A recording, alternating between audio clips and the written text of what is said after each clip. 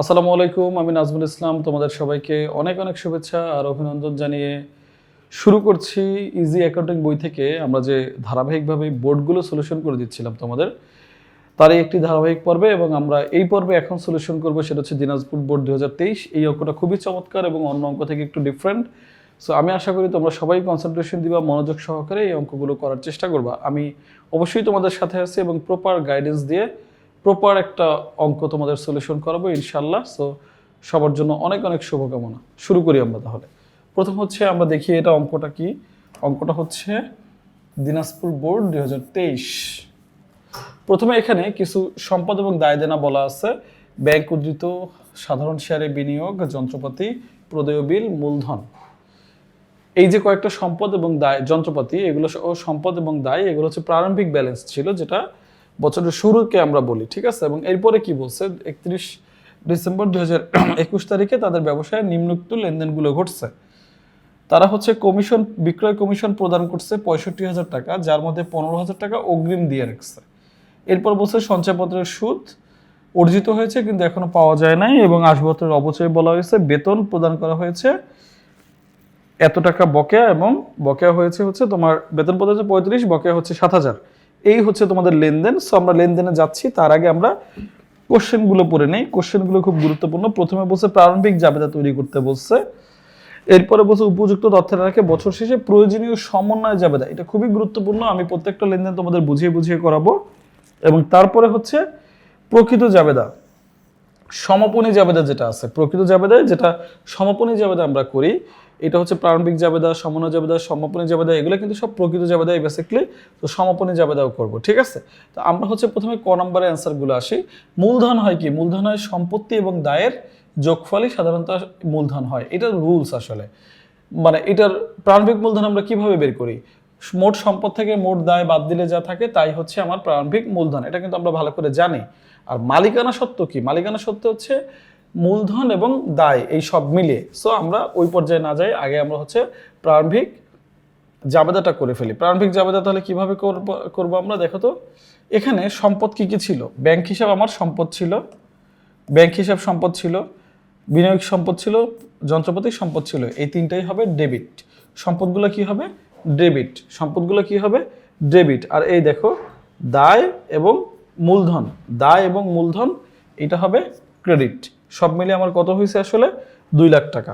সব মিলিয়ে কত হয়েছে প্রারম্ভিক জাবেদায়? 2 লাখ। তার মানে ডেবিট এবং ক্রেডিট আমার মিলে গেছে। কারণ আমরা তো এটাও জানি ভাই, এ সমান সমান এল প্লাস ওই।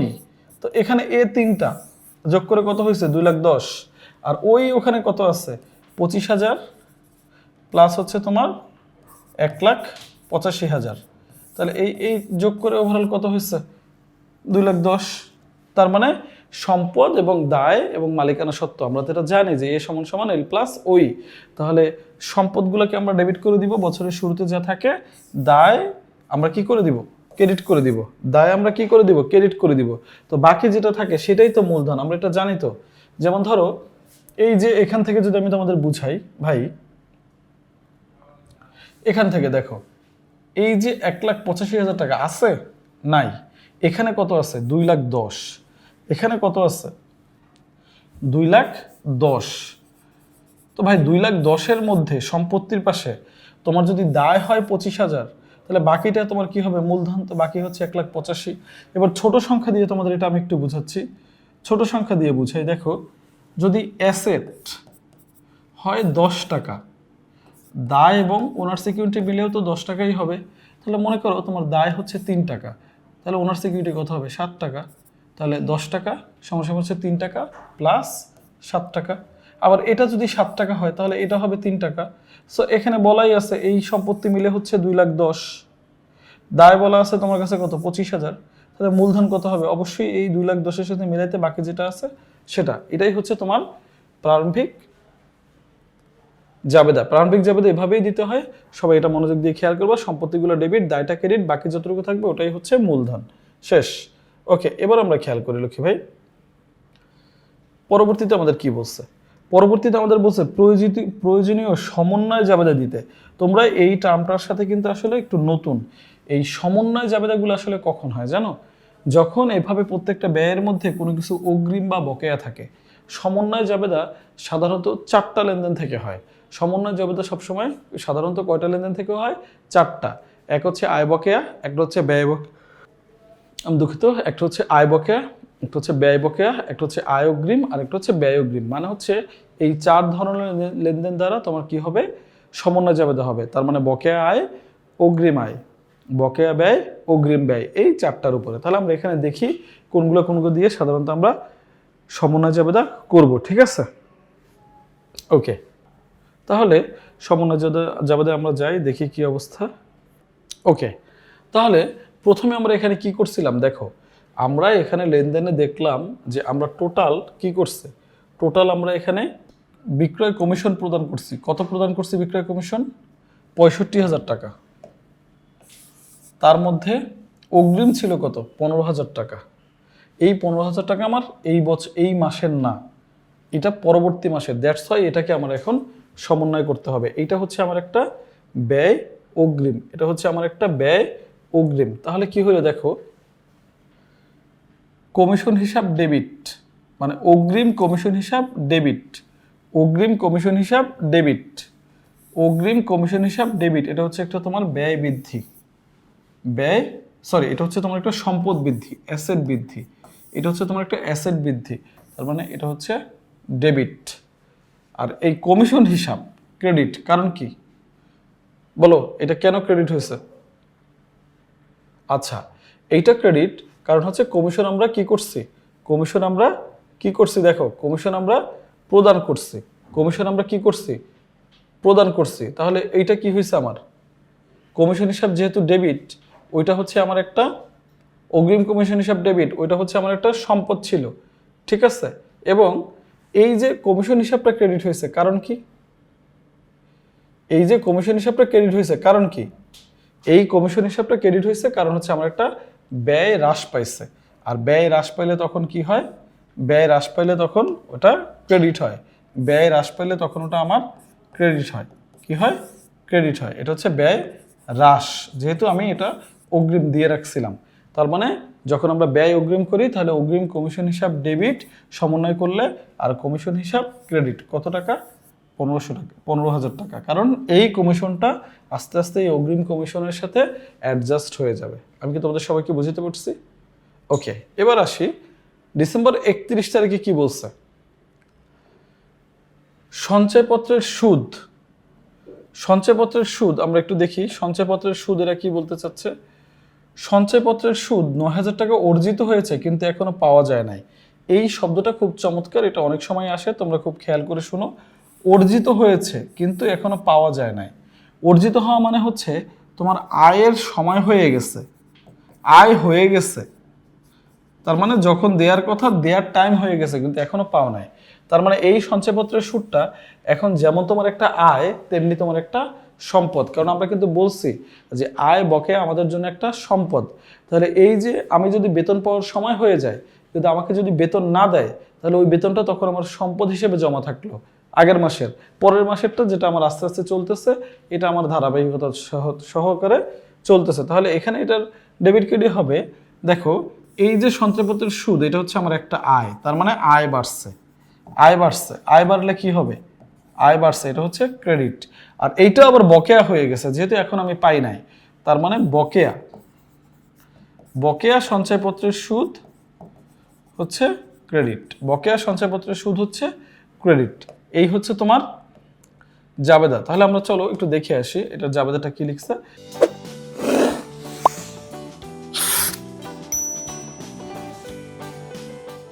ওকে, তাহলে এই যে সঞ্চয়পত্রের সুদ, এই সঞ্চয়পত্রের সুদ আসলে আমার জন্য কি, সঞ্চয়পত্রের সুদ হচ্ছে আমার জন্য একটা আয়। আর হচ্ছে প্রাপ্য যখন হয়ে যায়, মানে এটা যখন বকেয়া হয়ে যায়, তখন এটা আমার জন্য হয়ে যায় একটা সম্পদ। কারণ কি, এটা আমরা ভালো করে জানি যে আয় বকেয়া, আয় বকেয়া আমার জন্য একটা সম্পদ, আয় বকেয়া আমার জন্য একটা সম্পদ, আয় বকেয়া আমার জন্য একটা সম্পদ। তাহলে প্রাপ্য হিসাবের যে সুদটা, মানে সঞ্চয়পত্রের সুদ যেটা প্রাপ্য হয়েছে, এটা হচ্ছে আমার আয় বাড়াইছে, দ্যাটস ওয়াই এটা ডেবিট। আর এটা আমার একটা আয় হয়ে গেছে, এটা আমার একটা সম্পদ বাড়াইছে, এই আয় হয়ে বকেয়া হয়ে এটা আমার একটা সম্পদ বাড়াইছে, তাহলে এটা হচ্ছে ডেবিট। আর সঞ্চয়পত্রের সুদ, এটা হচ্ছে আমার একটা আয়, এটা হচ্ছে ক্রেডিট। এটা হচ্ছে আমার ক্রেডিট, কারণ সঞ্চয়পত্রের সুদ আমার কি বাড়াইছে, আর বাড়াইছে। সো আমরা এটা বলতে পারলাম যে প্রাপ্য হিসাব, যেটা সঞ্চয়পত্রের সুদ প্রাপ্য হিসাব নামে এখানে লেখা আছে, সেটা আমার অ্যাসেট বাড়াইছে, এর জন্য ডেবিট। আর সঞ্চয়পত্রের সুদ আমার আয় বাড়াইছে, এর জন্য ক্রেডিট, কারণ আয় বকেয়া হলে ওটা আমার সম্পদ বাড়ায়। ঠিক আছে, তাহলে আমরা এর পরেরটা দেখি। এর পরেরটা হচ্ছে একটা এন্ট্রি, যেটা হচ্ছে আমাদের অবচয় হিসাব। তো অবচয় হিসাব ডেবিট আর পুঞ্জীভূত অবচয় হিসাব ক্রেডিট। অবচয় হিসাব ডেবিট, পুঞ্জীভূত অবচয় হিসাব ক্রেডিট, একটা কমন, এটা একদম মাথায় ধরে নিবা। অবচয় হইলে আমার ব্যয় হয়, অবচয় হইলে আমার ব্যয় হয়। আসলে এই অবচয়টা কি? যখন আমরা সম্পত্তি ক্রয় করে ওটা খরচ করতে করতে, ব্যবহার করতে করতে কোনো ক্ষতি করে ফেলে খরচ করে বলবি, সেটা হচ্ছে অবচয়। অবচয় হইলে আমার একটা ব্যয় হয়, তার মানে এটা হচ্ছে ডেবিট। আর এই অবচয়গুলাই আমরা আবার জমায়ে রাখি, পরবর্তী যেন আমরা একটা সম্পত্তিটা কিনতে পারি, পরবর্তীতে যেন আমরা আবার এই সম্পত্তিটা কিনতে পারি তার জন্য। তাহলে পুঞ্জীভূত অবচয় হিসাব ডেবিট আর অবচয় হিসাব ডেবিট আর পুঞ্জীভূত অবচয় হিসাব ক্রেডিট। অবচয় হিসাব ডেবিট আর পুঞ্জীভূত অবচয় হিসাব ক্রেডিট। আর কোন সম্পত্তির সেটা হচ্ছে তুমি পাশে লিখিয়ে দিবা। তার মানে অবচয় আমার একটা ব্যয় বাড়াইছে ডেবিট, অবচয় আমার একটা ব্যয় বাড়াইছে ডেবিট। আর পুঞ্জীভূত অবচয় এটা হচ্ছে আমার একটা তহবিল বা একটা আমার সম্পত্তি, মানে কি বলা হয় এটাকে, তহবিল বাড়াইছে বা একটা দায় বাড়াইছে, সঞ্চিতি বাড়াইছে। সঞ্চিতি করে আমি মুনাফাটা রেখে দিচ্ছি, এটা আমি দায়বদ্ধ, এর জন্য ক্রেডিট। সহজভাবে যদি এটা তোমাদের মনে রাখার জন্য সবসময় বলি, অবচয় হিসাব ডেবিট আর পুঞ্জীভূত অবচয় হিসাব ক্রেডিট। কারণ কি, অবচয় খরচ বাড়ায় ডেবিট, পুঞ্জীভূত অবচয় হচ্ছে দায় বাড়ায় বা তহবিল বাড়ায় বা সঞ্চিতি বাড়ায়, তাই ক্রেডিট। ওকে, তাহলে এই যে এখানে দেখো পরবর্তী লেনদেন কি ছিল আমাদের, বেতন বকেয়া। বেতন বকেয়া এবং বকেয়া বেতন এটা বলা আছে। তো চলো আমরা একটু লেনদেনটা আগে দেখে আসি যে ওখানে কি প্রবলেমটা ছিল। দেখো আমরা টোটাল হচ্ছে 35,000 টাকার কি করছি, 35,000 টাকার আমরা হচ্ছে বেতন দিছি, তারপরও 7,000 টাকা বেতন বকেয়া রয়েছে। তো বেতন বকেয়া হইলে কি হয়, বেতন যেটা বকেয়া হয়েছে এটা আমার জন্য এখন কি, এটা আমার জন্য একটা দায়। বেতন বকেয়া হইলে এটা আমার জন্য কি, এটা আমার জন্য একটা দায়। কেন ভাই, ব্যয় বকেয়া সবসময় তোমার জন্য দায় হয়ে যায়। যে খরচটা তুমি করো নাই, করার কথা ছিল, করার সময় হয়েছে কিন্তু তুমি দাও নাই, সেটা হচ্ছে তোমার জন্য একটা দায়। তাহলে কি হয় দেখো তো, এই ঘটনা দ্বারা কি হয়েছে, তোমার একদিকে একটা ব্যয় যেমন বাড়ছে, তোমার একদিকে কি বাড়ছে, ব্যয় বাড়ছে। কেমনে বাড়ছে ব্যয়, এই যেটা বেতন দেওয়ার সময় হয়ে গেছিল তুমি দাও নাই, তার মানে এখানে একটা এক্সপেন্স বাড়ছে, এটা তোমার জন্য ডেবিট। এবং তারপরে কি হয়েছে, বকেয়া বেতন, কারণ কি, এটা তোমার দেওয়ার সময় হয়ে গেছিল তুমি দাও নাই, সো এইটা তোমার একটা দায় বাড়াইছে। তার মানে একবার তোমার যেমন ব্যয় বাড়ছে, সাথে সাথে তোমার একবার দায়ও বাড়ছে। একবার তোমার যেমন ব্যয় বাড়ছে, সাথে সাথে তোমার দায়ও বাড়ছে। আরেকবার রিমাইন্ডার দেই, আয় বকেয়া হইলে যেমন তোমার সম্পদ বাড়ে, ব্যয় বকেয়া হইলে তোমার দায় বাড়ে।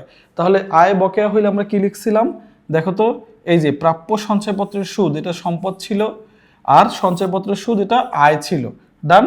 আর এই ব্যয়ের ক্ষেত্রে তোমার কি হয়, ব্যয়ের ক্ষেত্রে হবে এখানে তোমার যেহেতু ব্যয় প্রথমে বাড়ছে, বেতন হিসাব এটা হচ্ছে এক্সপেন্স, বেতন হিসাব ডেবিট 7,000 টাকা।